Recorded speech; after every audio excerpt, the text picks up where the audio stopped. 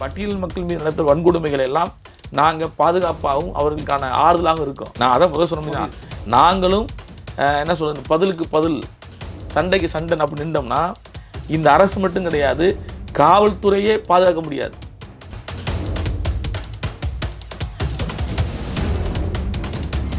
அப்படி என் மாநிலத்தில் என் மொழி, என் பண்பாடு, என் கலாச்சாரத்தை நான் முதன்மைப்படுத்த செய்வேன். எனக்கு என்ன தேவையோ நான் தான் முதன்மைப்படுத்துவேன். நீ ஒரு நாடோ ஒரு தேசமோ கிடையாது, நீ ஒரு ஒன்றிய அரசு.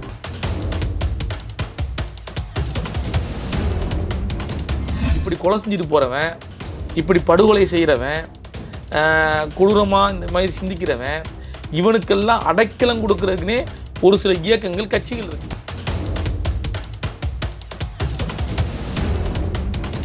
உளவுத்துறை செயல் இருந்துச்சுன்னு சொல்கிறேன். உளவுத்துறை செயல் இருந்துச்சுன்னா இன்னைக்கு கஞ்சா போதை பழக்கங்கள் 18 வயசு பள்ளி படிக்கிற மாணவர்கள், குழந்தைகள்கிட்ட போய் சேர்ந்துருச்சுங்க.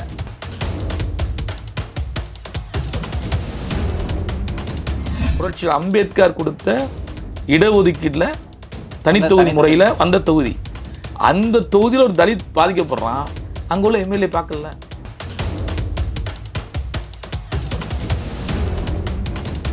சக மக்களோடு பயணம் செய்கிறான் ஒரு பள்ளி மாணவன், அந்த இடத்துல வச்சு வெட்டும்போது ஒரு எந்திரிச்சு கேட்டுக்கலாம்ல. பொது இடங்களில் படுகொலை செய்யும் போதோ இல்லை வெட்டம் போடும் போதோ தட்டி கேட்கறதுக்கு இன்னைக்கு சமூகத்தில் சூழல் இல்லாமல் போச்சு.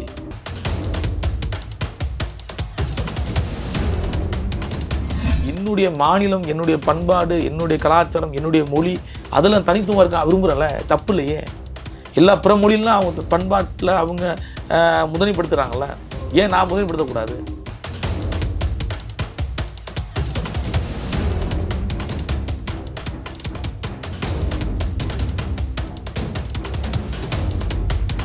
எல்லோ பெஞ்ச் நேயர்களுக்கு வணக்கம். இன்றைக்கி நம்ம கூட விசிகாவோட மாநில இளைஞரணி துணை செயலாளர் மாலின் சார் இருக்காரு. அவர்கிட்ட கேட்க நிறைய கொஷின்ஸ் இருக்குது, வாங்க கேட்போம். வணக்கம் சார். வணக்கம். எப்படி இருக்கீங்க சார்? நல்லா இருக்கேன். சரி, தமிழ்நாட்டில் ஒரு முக்கியமான விஷயம் நடந்திருக்கு. தேவேந்திரன் ராஜா அப்படின்ற ஒரு பள்ளி சிறுவன் ஜாதி அடக்குமுறைக்கு உள்ளாகி இருக்கான். இது எப்படி பார்க்குறீங்க? தென் மாவட்டத்தில் ஒரு பதட்டமான சூழலை இன்றைக்கி தமிழ்நாடு சந்தித்து கொண்டு இருக்கிறது. குறிப்பாக தூத்துக்குடி மாவட்டம் ஸ்ரீவைகுண்டத்தில் தேவேந்திரராஜா ஒரு +1 11ஆம் படிக்கும் மாணவன் கபடி போட்டியில் வெற்றி பெற்று அதை ஒரு கொண்டாட்டமாக கேக்கு வெட்டி மகிழ்ச்சியாக இருந்த சூழலில் அடுத்த நாளே அவன் பள்ளிக்கு போகும்போது எதிரணியில் இருந்து கொண்டு விளையாடிய சக மாணவர்கள், சக நண்பர்கள் பேருந்தில் வைத்து வெட்டி படுகொலை செய்தது மிகப்பெரிய ஒரு வேதனை உண்டாக்கியிருக்கு. இப்போ கல்லூரியில் படிக்கும் பள்ளி மாணவர்களுக்கு உண்டாக்குது. ரெண்டாவது, சாதி வெறி இவ்வளோ பெரிய உச்சத்தில் இருக்குங்கிறாரு வேதனையாக இருக்குது. ஏன்னா 2000 ஆண்டுகளாக இருக்கிற இந்த சாதிய சமூகம் இவ்வளவு கெட்டி தட்டி போய் ஒரு மூளைக்குள்ளே வெறியாக மாறுறது ஆபத்து. இது மனித குலத்துக்கு ஆபத்து. சரி, இவ்வளோ நிகழ்வுகளை சொல்கிறீங்க. அப்படின்னும் போது இங்கே இருக்கிற காவல்துறையோ இங்கே இருக்கிற அரசாங்கமோ என்ன செஞ்சிட்டு இருக்கு? இல்லை, இந்த கேள்வி அரசு காவல்துறைங்கிறத தாண்டி இங்கே இருக்கிற மனித சமூகம் சொல்கிறோம்ல, ஆமாம், இதை யாரும் கேள்வி கேட்க மாட்டாங்களே. நீங்கள் அரசு காவல்துறை விடுங்க, பேருந்தில் மக்கள் இருக்கான், சக மக்களோடு பயணம் செய்கிறான் ஒரு பள்ளி மாணவன், அந்த இடத்துல வச்சு வெட்டும்போது ஒருத்தர் எந்திரிச்சு கேட்டுக்கலாம்ல, ஒருத்தையும் கேட்க மாட்டான். பொது இடங்களில் படுகொலை செய்யும் போதோ இல்லை வெட்டம் போடும் போதோ தட்டி கேட்கறதுக்கு இன்னைக்கு சமூகத்தில் சூழல் இல்லாமல் போச்சு. அவனை தானே வெட்டுறான், நமக்கு என்ன? இதுதான் இப்போ நாளைக்கு நம்ம நடந்து ரோட்டில் போயிட்டுருக்கோம், நம்மளோட வெட்ட வரும்போது கேள்வி கேட்கணும்ல, ஒரு 10 பேர் தடுக்கணும்ல. ஆமாம். ஏன் இந்த சமூகம் அப்படி இல்லாமல் போச்சு? ஒரு மனித உயிரை இப்படி கொல்லும்போது கொஞ்சம் கூட பதட்டம் இல்லாமல் சமூகம் வேடிக்கை பார்க்குற சமூகம் மாறிடுச்சு. அதுதான் ஆபத்துங்கிறேன். நீங்கள் காவல்துறை பின்னாடி வரும், அரசு பின்னாடி நிவாரணம் கொடுக்கும், உதவி செய்யும், அது வேற. நீங்கள் ஒரு பேருந்தில் போகும்போது பொது இடங்களையோ சமூகத்தில் ஒன்று அநியாயம் நடக்கும்போது ஒரு நம்ம முன்னாடி கண்ணு முன்னாடி ஒருத்தன் வெட்டி செய்யும்போது அதை கல்லை கொண்டாச்சு எரியணும்ல, நீங்கள் எப்படி தடுப்பீங்க? ஒன்று. ரெண்டாவது, இந்த சமூகமே இந்த அரசு காவல்துறை குறை சொல்கிறத தாண்டி இந்த சமூகம் சாதிய சமூகமாக மாறிக்கிட்டு இருக்கு. ஏன்னா இப்படி கொலை செஞ்சுட்டு போகிறவன், இப்படி படுகொலை செய்கிறவன், கொடூரமாக இந்த மாதிரி சிந்திக்கிறவன், இவனுக்கெல்லாம் அடைக்கலம் கொடுக்கறதுக்குன்னே ஒரு சில இயக்கங்கள், கட்சிகள் இருக்குது. ஓகே, அதனால தான் ஊக்குவிக்கப்படுது. இங்கே ஏதோ ஒரு பிரச்சனை இருக்குது, அப்போது இந்த மாதிரி பிரச்சனைக்கு நம்ம வந்து உளவுத்துறையில் ஒரு உளவுத்துறை ஃபெயிலியர் தான். தமிழ்நாட்டுடைய உளவுத்துறை மிகப்பெரிய ஃபெயிலியர். என்னன்னா வந்துட்டு, நீங்கள் முதலமைச்சருடைய கவனத்திற்கு தமிழ்நாட்டில் எங்கெல்லாம் சென்சிட்டிவான பிரச்சனை நடக்குது, எங்கெல்லாம் வன்முறை கலாச்சாரம் வித்திடுது, எங்கே கூலிப்படை கலாச்சாரம் உருவாகுது. கண்டினியூஸாக ரைஸ் ஆகிட்டே இருக்குல்ல சார் இந்த நம்பர்ஸ். ஆமாம், அப்போ உளவுத்துறையும் உளவுத்துறை செயல் இருந்துச்சுன்னு சொல்கிறேன். உளவுத்துறை செயல் இருந்துச்சுன்னா வந்துட்டு இன்னைக்கு கஞ்சா போதை பழக்கங்கள் வந்துட்டு 18 வயசு பள்ளி படிக்கிற மாணவர்கள் குழந்தைகள்கிட்ட போய் சேர்ந்துருச்சுங்க. ஆமாம், பள்ளிக்கூடத்தில் வந்து சாக்லேட்டுங்கிற ஒரு மிட்டாய் போதையை வந்து வாயில் சப்பிக்கிட்டு படுத்தூங்குறாங்க. பள்ளிக்கூடத்தில் படிக்க மாட்டுறாங்க. அப்போ இன்னைக்கு போதை கலாச்சாரம் இப்போ 15 வயசில் இருக்க ஒரு பள்ளி மாணவன்கிட்ட போயிடுச்சுல, அதுக்கு யார் காரணம்? சரிங்கிற அரசுக்கு அதில் அது தடுக்க வேண்டிய முக்கியமான ரோல் இருக்குது. அப்போ அரசில் இருக்கிறவங்க நம்ம வந்து அரசுக்கு எதிரான விஷயத்தை எடுத்து வச்சா தானே அரசு கரெக்டாக இல்லை, செய்யல. விடுதலை சிறுத்தை கட்சி தலைவர் எழுச்சி தமிழர் அவர்கள் தொடர்ந்து இந்த என்ன சொல்கிறேன்னா, இந்த ஆட்சி வந்ததுலேருந்துமே நாங்கள் பல்வேறு போராட்டங்களை சாதிய வன்கொடுமைகளுக்கு எதிராக, குறிப்பாக பட்டியலின மக்களுக்காக போராட்டங்களை நாங்கள் முன்னெடுத்துருக்கோம், போராடிக்கிட்டு இருக்கோம். இன்றைக்கு நீங்கள் பார்த்தீங்கன்னா வேங்கவேலில் பாதிக்கப்பட்ட மக்களையே குற்றவாளி ஆக்கிட்டீங்கன்னு சொல்லி வேதனைப்பட்டு அறிக்கை விட்ட ஒரே தலைவர் எழுச்சி தமிழர் தான், அண்ணன் திருமாவளவன் தான், வேறு யாரும் கிடையாது. ஏன்னா இன்றைக்கும் அந்த பசங்களுக்கு பாதுகாப்பு கொடுத்து அவங்களுக்கான பிணை எடுத்து வேங்கவேலில் நாங்கள் தான் கொடுத்துருக்கோம். எங்களுக்கு அரசு மேலே கோபம் இருக்குது, நிர்வாகத்தின் மேலே கோபம் இருக்குது, ஆளுகின்ற காவல்துறை அதிகாரிகள் மேலே கோபம் இருக்குது. இந்த விஷயத்தில் கூட சொல்லும் போது என்ன சொன்னால், காவல்துறையில் என்ன சொல்கிறாங்கன்னா, அந்த பசங்களுக்குள்ள ஏதோ ஒரு காதல், வேற ஒரு காதல் பிரச்சனை இருந்திருக்கலாம் அப்படின்னு எல்லாத்துலேயுமே காதல் தான் கொண்டுறாங்க. இப்போ நீங்கள் மதுரையில் அழகர் சாமின்னு ஒரு பையன் வெட்டி கொண்டாங்க முந்தானத்து, அதுலேயும் காதலாம். அதான் சார், உளவுத்துறை வந்து ஒரு அவங்க என்ன செய்கிறாங்கன்னா, ஒரு வழக்கை வந்து ஒரு கொலை வழக்கை வந்து சென்சிட்டிவாக ஆக்கிடக்கூடாது, அது ஒரு பரபரப்பாக ஆகிடக்கூடாது அப்படின்றக்காண்டியே அவன் வந்து அந்த பொண்ணை லவ் பண்ணான், வேற ஒரு சமூகத்துடைய பொண்ணை வந்து கிண்டல் பண்ணான். இது அந்த பொண்ணை இழிவுபடுத்துறது தானே. ஆமாம், யாரோ ஒரு பொண்ணை நீங்கள் நான் என்ன சொன்னா, நீ அந்த பொண்ணை லவ் பண்ணான்னு சொல்கிறல, கிண்டல் பண்ணான்னு சொல்கிறல, அந்த பொண்ணு பேரை எஃப்ஐஆரில் பதிவு பண்ணு. ஸோ அதை விட முக்கியமான விஷயம், இது ஒரு அரசு ஒரு அரசாங்கம் செய்கிறது, ஒரு போலீஸ்ன்ற ஒரு அரசு துறை செய்கிறது இல்லை. இது இயல்பாகவே நீங்கள் அரசு என்னென்ன அரசு மற்றும் காவல்துறையுடைய என்ன சொல்லுன்னா அஜெண்டா, காவல்துறையுடைய அஜெண்டாவே என்னென்னா, நீங்கள் ஒரு போராட்டத்தில் ஒரு செத்து போனான்னா அவனை வந்து தற்கொலை, ஒரு போராட்டத்தில் ஏதோ இறந்து போனான்னு வச்சுங்களேன், வகுத்தில் இறந்து போனான், அவன் வந்து அவனா சூசைட் பண்ணிக்கிட்டான், அவன் வந்து வேற மாதிரி, அது இப்படி ஒரு கொச்சைப்படுத்துறது இது இன்றைக்கும் எதுவும் இல்லை, காலங்காலமாக இருக்குது. காவல்துறை போக்கு வந்து என்னென்னா, இதெல்லாம் வெள்ளைக்காரர்கள் வந்து நம்ம இந்திய சுதந்திரத்துக்காண்டி போராடும் போது வெள்ளைக்காரர்களை எதிர்த்து போராடிய புரட்சிகர நடவடிக்கையில் ஈடுபட்டவர்களை அவர்கள் வந்து கொச்சைப்படுத்துகிற சில நடவடிக்கைகள் இருக்கும். அப்படி அந்த வெள்ளைக்கார அரசு என்ன பண்ணிட்டு போச்சோ அதை தான் இன்றைக்கி இருக்கிற காவல்துறை செஞ்சுக்கிட்டு இருக்கு. புரியுதுங்களா அவங்களுக்கு? இன்றைக்கி இருக்க காவல்துறை வந்து இன்னும் சுதந்திரமாக செயல்பட முடியாது. ஒரு சில அதிகாரிகள் வந்து சுதந்திரமான முடிவை வந்து எடுக்க முடியலை. அவங்களுக்கு தெரியுது. உளவுத்துறையில் இருக்கிற சில அதிகாரிகள் என்னிடம் பேசும்போது சொல்கிறாங்க, இது வந்து தப்பு தான். ஸோ அப்படின்னா காவல்துறைக்கு வந்து பொறுப்பாக இருக்கிற முதலமைச்சருக்கும் நம்ம இதில் மிகப்பெரிய பங்கு இருக்குல்ல?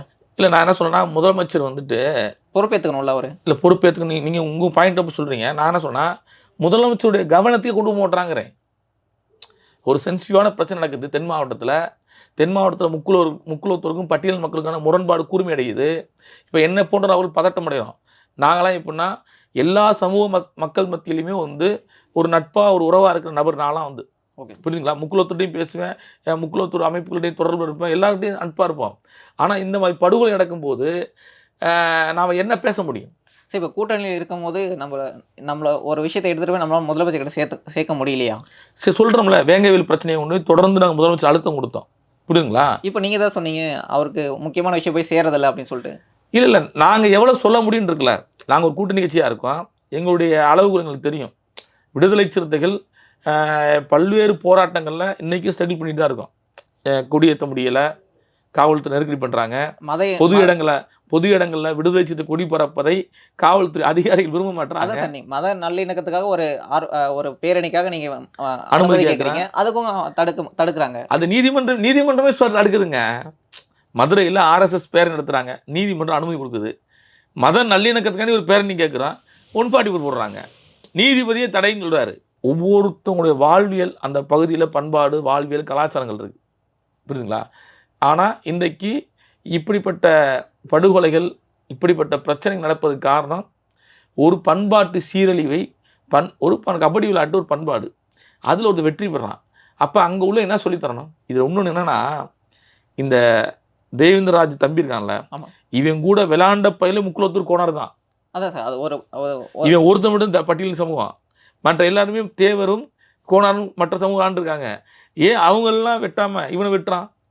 ஏன்னா அவங்க நினைக்கிறபடி அவர் தான் ஒரு கீழ் ஜாதின்னு சொல்ல போகிற ஜாதியாக அவங்க நினச்சி பலவீனமானவன், புரியுதுங்களா? பலவீனமானவன். ஆனால் இன்னைக்கு கொடூரமாக வெட்டப்பட்டு இன்றைக்கும் குட்டூரும் குலையுருமாக மிகப்பெரிய உச்சத்தோட மருத்துவமனை இருக்கான். நம்ம எல்லாம் இது பேசுறதுக்காண்டி பேசிக்கிட்டு இருக்கான், பத்திரிகையில் எழுதிட்டு இருக்காங்க. ஆனால் அந்த வலியும் வேதனையும் அந்த குடும்பத்துக்கு தான் இருக்கும். முதல் தலைமுறை பட்டாதாரிங்க படிக்கிறாங்க.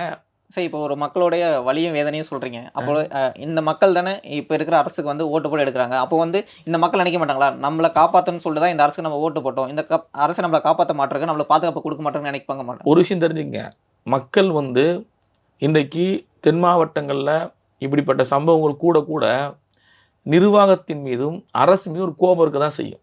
அதை ஒத்துக்குவோம். அதை மலிப்பிலாம் நான் பேச விரும்பலை. ஒரு கோபம் இருக்கும், ஒரு ஆத்திரம் இருக்கும். நான் பாதிக்கப்படும் போது எனக்கான பாதுகாப்பு இந்த அரசு கொடுக்குறங்கிற கோபம் இருக்கும். ஆனால் நாங்கள் விடுதலை சிறுத்தைகள் இதெல்லாம் தாண்டி வேறொரு பொது நோக்கத்திற்காக, வேறொரு பொது நோக்கம்னா சனாதன சக்திகளை இங்கே விட்டுறக்கூடாதுங்கிற இந்த கூட்டணிக்குள்ளே இருக்கும். புரியுதுங்களா? ஏன்னா நீங்கள் அடுத்த கேள்வி தான் போடுவீங்கன்னு சொல்கிறேன். அப்போ இந்த சனாதன சக்தியை உள்ளே விட்டுறக்கூடாதுன்னு சொல்லி தான் எங்களுக்குள்ள நெருக்கடிகள், விடுதலை சிறுத்தை வர நெருக்கடிகள், பிரச்சனைகள், பட்டியல் மக்கள் மீது நடத்த வன்கொடுமைகள் எல்லாம் நாங்கள் பாதுகாப்பாகவும் அவர்களுக்கான ஆறுதலாகவும் இருக்கோம். நான் அதான் முதல் சொன்ன தான், நாங்களும் என்ன சொல்கிறது, பதிலுக்கு பதில், சண்டைக்கு சண்டை அப்படி நின்றோம்னா இந்த அரசு மட்டும் கிடையாது, காவல்துறையே பாதுகாக்க முடியாது. சரி, இப்போ நம்ம சமூகத்தில் வாழ்கிறதே ஒரு நம்பிக்கை அடிப்படையில் தான் வாழ்கிறோம். அப்படின்னும் போது நம்ம சமூகம் நல்லா ஆகிடும், நம்ம மக்கள்லாம் நல்ல பொறுப்புக்கு போயிடுவாங்க அப்படின்றதான். அப்படின்னும் போது இங்கே நம்பிக்கையை கொடுக்குற ஒரு முகங்கள் நம்மளுக்கு அதிகமாக தேவைப்படுறாங்க. அப்படின்னும் போது இங்கே தன்னோட தொகுதியில் ஒரு முக்கியமான விஷயம் நடக்குது, தன்னுடைய துறையில் ஒரு முக்கியமான விஷயம் நடக்குதுன்னா அந்த மக்களுக்கு நம்பிக்கை கொடுக்க வேண்டியது அரசியல்வாதிகளோட பொறுப்பு இல்லையா? இப்போ ஆளுங்கட்சியான திமுகவை எடுத்துக்கிட்டால் அந்த தொகுதியோட எம்பி கனிமொழி அவங்க அதை பற்றி பேசலை. இப்போ அன்பில் மகேஷோட துறை அவர் அதை பற்றி பேசலை. இதை பற்றின பிரச்சனையை பெருசாக முதலமைச்சரோ துணை முதலமைச்சரோ பேசலான்றது அந்த மக்களுக்கு மிகப்பெரிய ஏமாற்றம் வருத்தமாக தான் இருக்குது.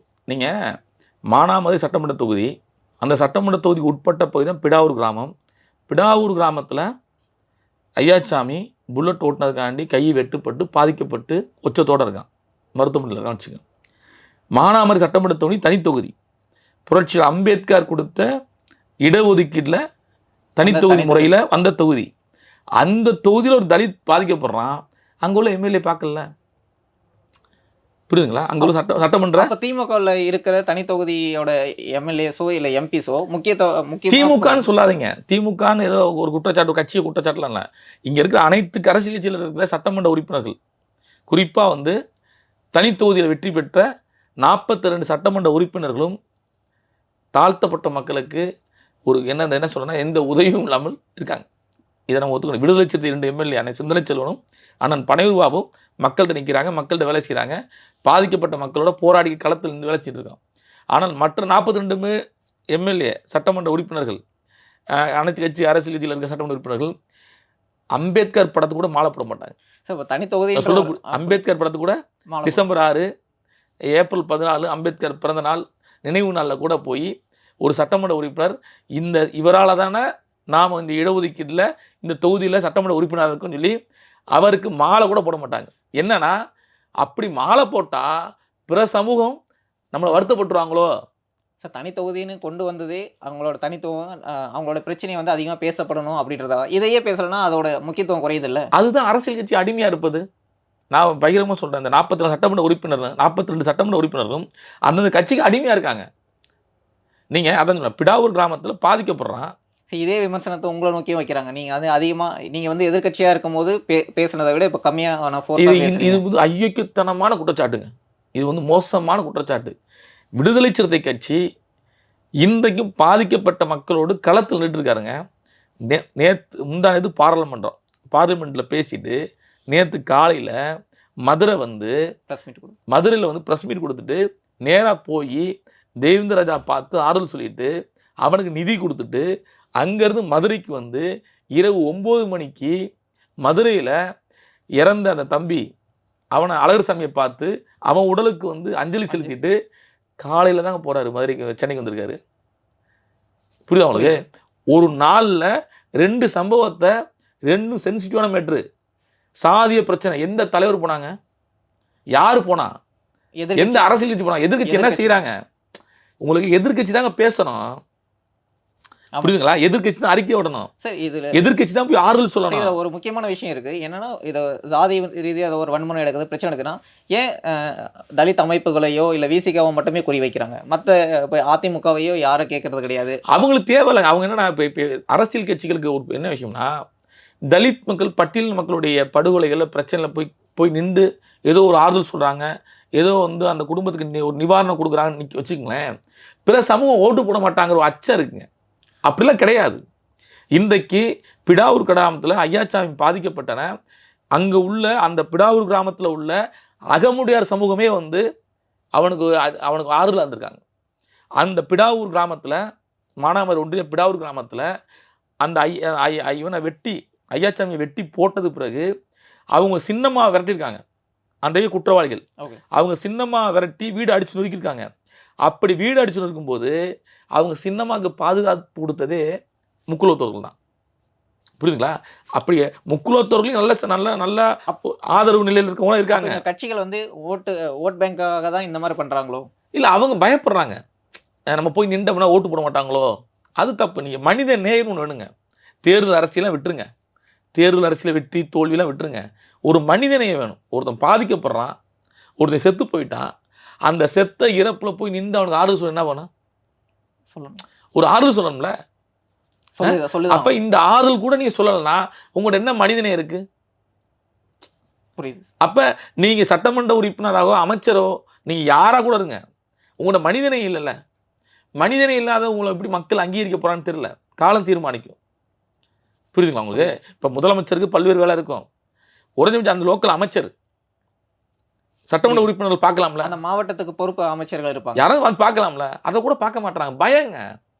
ஓட்டு போட மாட்டாங்களோ, பட்டியலின மக்கள் பாதிக்கப்பட்டு போய் குரல் கொடுத்தோம்னா, ஆதரவு கொடுத்தோம்னா, மற்ற முக்குலத்தோர்கள், மற்ற பிற்படுத்த சமூகம் ஓட்டு விழுகாதோ அப்படின்ற ஒரு பயம் இருக்கு. இது என்ன மாதிரி ஒரு மைண்ட் செட் சார்? இதே ஒரு ஆதிக்க சனாதன மைண்ட் செட் தான்.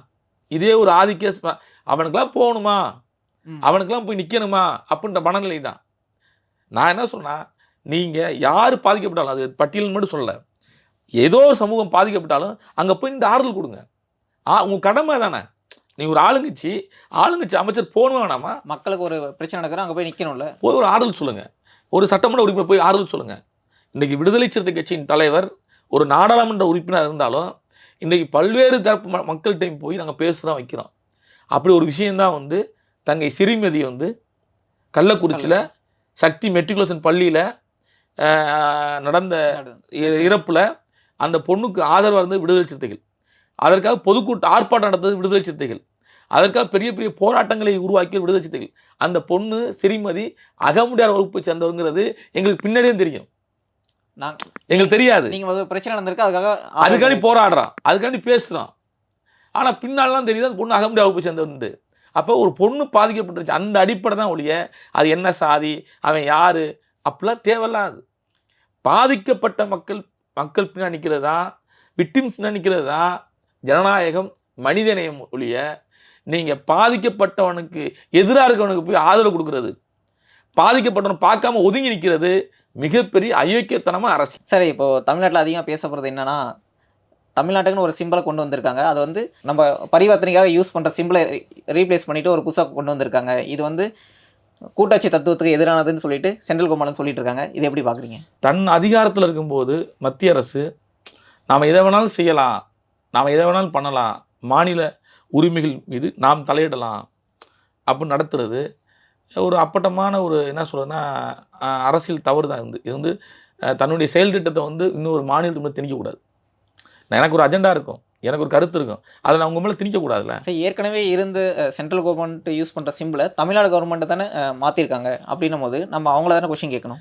இல்லை, அப்படி இல்லை. நீங்கள் ஏற்கனவே இந்த சிம்பிள் வந்து மத்திய அரசுடைய சிம்பிளாக இருந்து கூட தமிழ்நாடு கவர்மெண்ட் மாற்றுறாங்கன்னா தமிழ்நாட்டுக்குன்னு சில உரிமைகள் இருக்குமா இருக்காதா? ஆமாம் சார். இந்த அரசுக்கு சில உரிமைகள் இருக்குங்களா? அவங்களுக்குன்னு ஒரு தனித்துவம் இருக்கும், செயல்பாடுகளுக்கு செயல் திட்டம் இருக்கும். இங்கே ஆளுகின்ற அதிமுகலாம் திமுகலாம் அவங்களுக்கு செயல் திட்டம் இருக்கும், ஒரு அஜெண்டா இருக்கும்ல. அப்போ அவங்க செய்கிறாங்களே, இல்லை தமிழ்நாட்டு மக்களுக்கும் செயல் திட்டம் இருக்கும்ல. ஒவ்வொரு மாநிலத்துக்கான அவங்க மாநிலத்தில் மொழி மற்றும் கலாச்சாரம் பண்பாடுக்கான சில விஷயங்களை முதன்மைப்படுத்தி செய்வாங்க. அப்படி என் மாநிலத்தில் என் மொழி என் பண்பாடு என் கலாச்சாரத்தை நான் முதன்மைப்படுத்த செய்வேன். எனக்கு என்ன தேவையோ நான் தானே முதன்மைப்படுத்துவேன், நான் அதனை அங்கீகரிப்பேன்.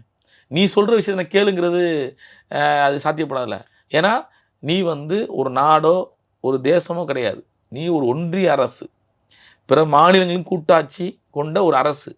அப்போ நீ என் மீது திணிக்கக்கூடாதுல்ல.